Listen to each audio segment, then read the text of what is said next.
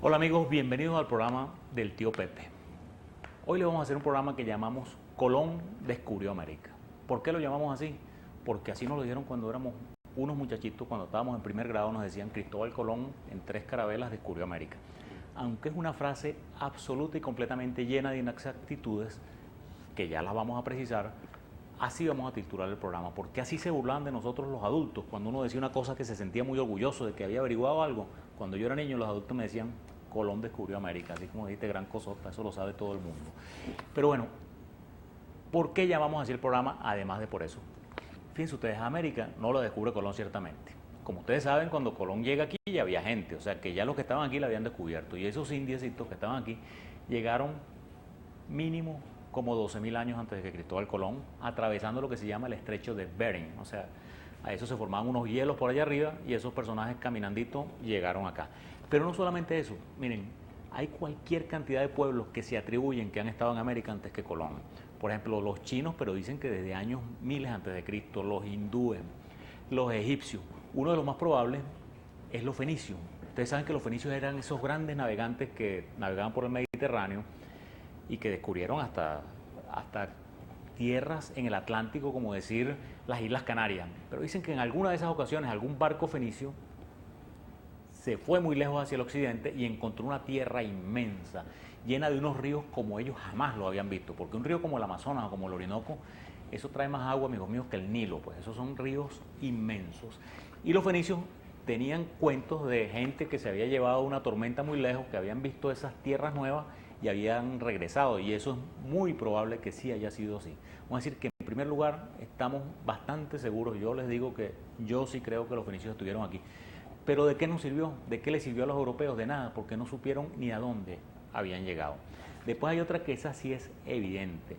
Los vikingos allá por el año 1000, así como 500 años antes que Cristóbal Colón, llegaron a América e hicieron unas casitas, ahí se las muestro, en una isla allá en Canadá, que se llama Anse aux Meadows, que, bueno, ahí habitaron y tienen utensilios y tienen esas 3 chozas gigantescas que ustedes ven, y eso hoy en día es patrimonio universal, o sea, patrimonio de la humanidad decretado por la UNESCO. O sea, es un sitio que la humanidad ya reconoce que es verdad que ahí llegaron los primeros europeos y se asentaron y vivieron. Y esa también estamos seguros que. Hay otra, nuevamente los chinos, pero ya no 2000 años atrás, pero hay otra que el cuento es fantástico. El cuento se ha convertido en lo que se llama un best seller, que llaman, ¿no? Un libro de los más vendidos, que es este que tengo aquí, que se llama 1421, el año en que los chinos descubrieron América. Ese libro es fantástico, es decir, yo creo que está lleno de imaginación, pero es fantástico.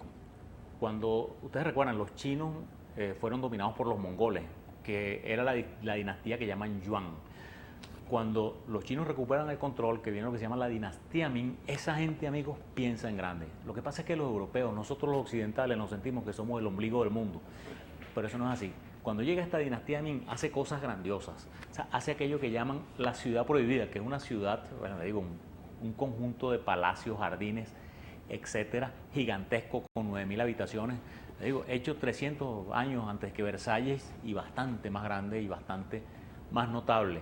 Pero así como hacen esos palacios, hacen unas flotas inmensas. Pero hay una cosa curiosísima, ustedes se le van a erizar, sobre todo ustedes, amigos míos caballeros, se le van a erizar los vellitos cuando se las cuente. Que cuando esta dinastía Ming vence a los Yuan, una de las cosas que hacían, que eran de la costumbre, es que a los adultos los matan y a los niños los castran. Entonces, uno de estos niños castrados, que se llamaba Zheng He, este niño, bueno, se hace muy amigo del emperador y el emperador le confía el mando de la flota y lo llamaban la flota del tesoro. Eran unos barcos de 9 mástiles, véanlo ahí, o sea, de 9 palos con velas, muchísimo más grandes que los barcos europeos.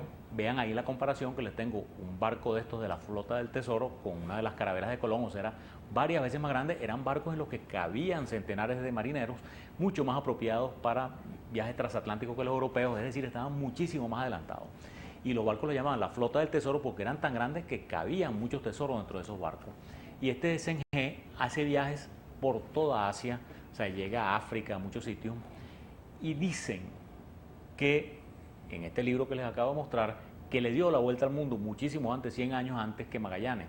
O sea, que el hombre le dio la vuelta al mundo partiendo desde la China, pasó por abajo por el Estrecho de Magallanes y le dio la vuelta al mundo. Una de las cosas que refuerzan eso es que este señor encontró un mapa, pero ese mapa lo encontró después de Magallanes y después de Colón, pero que se le atribuye a Sengé, en el que sale, véanlo ahí el mapa, también se los tengo ahí para mostrárselo, en el que sale incluso Europa. Y eso, ahí sí que les digo que eso ya para mí pasa de los límites de la credibilidad, porque si los chinos hubiesen llegado a Europa para hacer ese mapa que se ve hasta Inglaterra, se ve la costa norte de Europa, miren, los europeos lo hubieran visto y se hubieran asombrado de ver aquellos barcos tan grandes. Y en Europa no existe ningún registro. Pero este libro se ha convertido en un bestseller y no solamente eso, sino que una revista tan seria como Life dice que este señor Sengé es el hombre número 14 más importante de toda la humanidad. Pero seguramente fue un hombre importante que hizo muchísimos viajes, pero nosotros no nos creemos que le haya dado la vuelta al mundo. O sea, a lo mejor los chinos sí es muy probable que puedan haber llegado a la costa americana por el lado de California, por el lado de México, por la costa pacífica. Pero por el otro ladito, personalmente yo lo dudo firmemente. Bueno, volvamos a nuestra historia de Colón. Miren, los primeros mapas los hace un señor Ptolomeo por allá, que son unos mapas que son prácticamente europeos, muestran Europa, la cuenca del Mediterráneo y un poquitico Asia, y eso era lo que existía. Pero después viene este personaje por los años 1300, Marco Polo, que llega hasta la China, llega hasta Catay, como le decía él, y escucha hablar de aquella isla riquísima que se llamaba Zipango, que es lo que es hoy Japón, y los europeos se les despierta la imaginación. Entonces se hacen unos mapas, que ahí también les muestro uno, que sobre todo es un astrónomo italiano que se llama Toscanelli, que sitúa a esa isla de Zipango, a esa isla de Japón, por ahí en medio del océano, pero con un error inmenso. O sea, Cristóbal Colón y Toscanelli se equivocan en el diámetro de la Tierra. La Tierra tiene 40.000 kilómetros de redondo de diámetro y ellos pensaban que tenían 30.000, o sea, una cuarta parte menos. Entonces ellos sitúan, véanlo ahí, a Zipango más o menos por donde está México. Y antes de Zipango hasta sitúan, véanlo ahí, una islita que ellos le llamaban la anteínsula, o sea, la que está antes de la isla, o que es anteisla, y de ahí viene el nombre de Antilla. Entonces, Colón tenía la seguridad de que si él salía navegando para acá, se encontraba la Antilla y después se encontraba Zipango y se encontraba lo demás. Hay una de las teorías que existen que es la del predescubrimiento. Cristóbal Colón